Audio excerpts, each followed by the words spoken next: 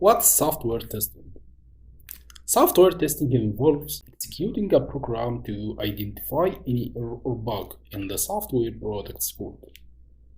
So you run the program. If you find any error or bug, you have to show it. This process takes into account all aspects of the software, including its reliability, scalability, portability, reusability, and usability.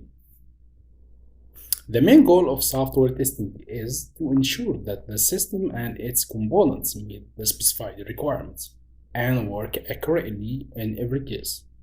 So you have now a requirement. For example, if you have a requirement for login, user enter username or email, user enter password, user click on sign in or login button. So now you make sure that everything is work well as the requirement. Software testing provides an independent view and objective of the software and gives surety of fitness of the software. It involves testing of all components under the required service to confirm that whether it is satisfying the specified requirement or not.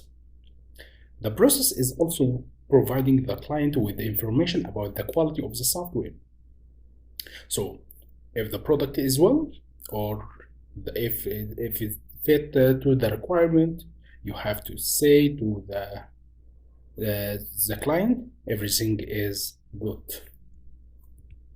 Testing is mandatory because it will be a dangerous situation if the software fails any of time due to lack of testing. So without testing, software cannot be deployed to the end user. You have now a website, and the website crashes a lot of time. So you can't give this product or this website to the client. He will get dissatisfied of the product. In foundation level, we have the meaning of software. Software systems are an integral part of our daily life. Most people have had experience with software that didn't work as expected. As we know now, we faced a lot of issues or problems in last times, for example, Facebook and Google, YouTube, like this. Software that doesn't work correctly can lead to many problems, including loss of money, time, or business reputation, and extreme cases, even injury or death. How is that? We have now, for example, a car without testing, and the company sells these cars to the customers. One of the customer, while he driving, he make an accident. He will get annoyed, and this company will lose a lot of money and business reputation. This company will lose everything. So now software testing assesses software quality and helps reducing the risk of software failure in operation. Software testing is a set of activities. So the meaning of software testing is a set of activities to discover defects and evaluate the quality of software artifacts. These artifacts, when being tested, are known as test objects. So now, the type of software testing, we have various types of testing available in the market, which are used to test the application or the software. With the help of the blue image, we can easily understand the type of software testing. So now we have two types of software testing till now: manual and automation. The manual divided to white box, black box, gray box, and black box is divided to functional and non-functional. Let's start with manual.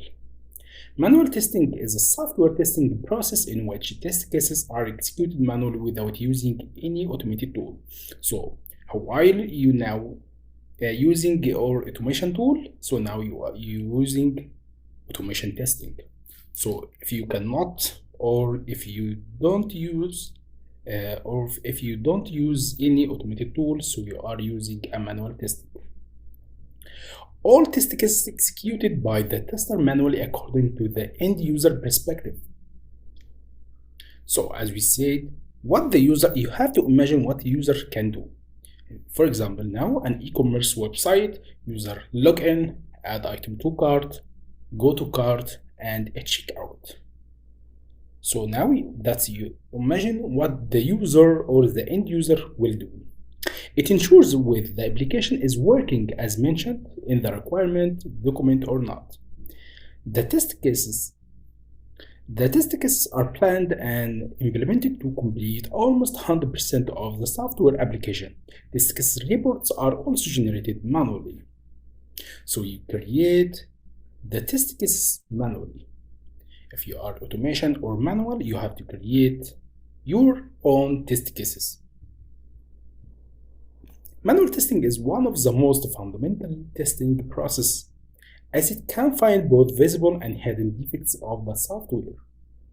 The difference between expected output and output given by the software is defined as defect. The developer fixed the defect and handed it to the tester for retesting.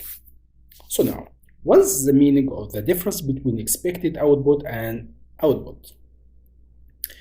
Let's imagine now we have a login page. We have email text field, password text field, and sign in button.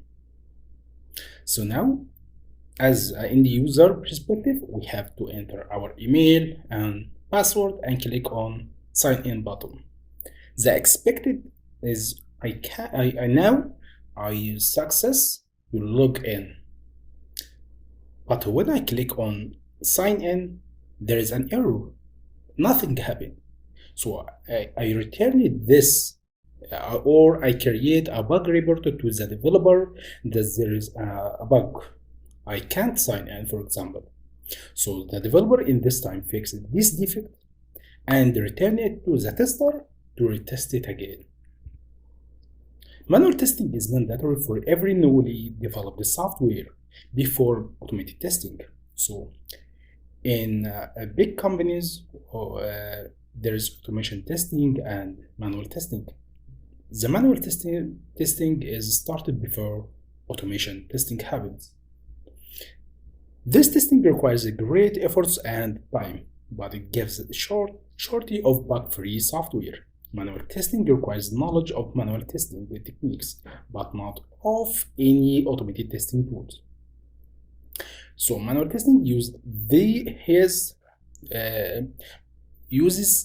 manual testing techniques, not any tool for automation. Manual testing is essential because one of the software testing fundamental is 100% automation is not possible. For example, we have third party, for example, third party like I think, okay, when you make your registration, the developer sent an email to you to enter the correct OTP. So you don't know how to use it automation. The automation tool cannot use it. So in this time, you will use it manually. Okay. Why we need manual testing? Whenever an application comes into the market and it is unstable or having a bug or issues or creating a problem while end user are using it. If we don't want to face these kinds of problems, we need to perform one round of testing to make the application bug-free and stable and deliver or a quality product to the client. Because if the application is bug-free, the end user will use the application more conveniently. If the test engineer does manual testing, he can test the application at the end user perspective and get more familiar with the product, which helps them to write the correct test cases of the application and give the quick feedback of the application. So if the tester said this product is perfect or the quality is good, the end user or the client will satisfy with this. We have three types of manual testing. There are various methods used for manual testing. Each technique is used according to the testing criteria. We have white box, black box, gray box testing. The first one is white box testing. The white box testing is done by developer, where they check every line of a code before giving it to the test engineer. Since the code is visible for the developer during the testing, that's why it is also known as white box. So now the developer write a code to make the product, so he see every line in the code.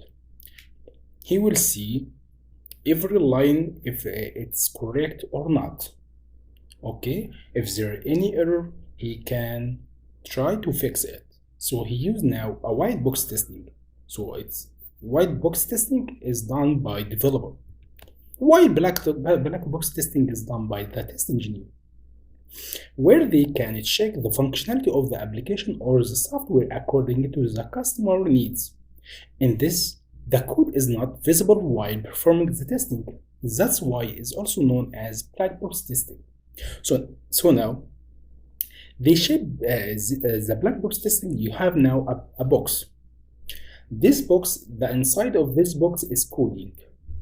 So I can't see anything inside this box, but I can see everything outside of this box. So I test everything outside the box. If there is any error, I say it to the developer, so he enter the inside this box and fix it. So the inside box is white box, the outside of the box is black box. So the third one is gray box testing. Gray box testing is a combination of white box and black box testing. It can be performed by a person who know both coding and testing. And if the single person performs white box as well as the black box testing for the application is known as gray box testing.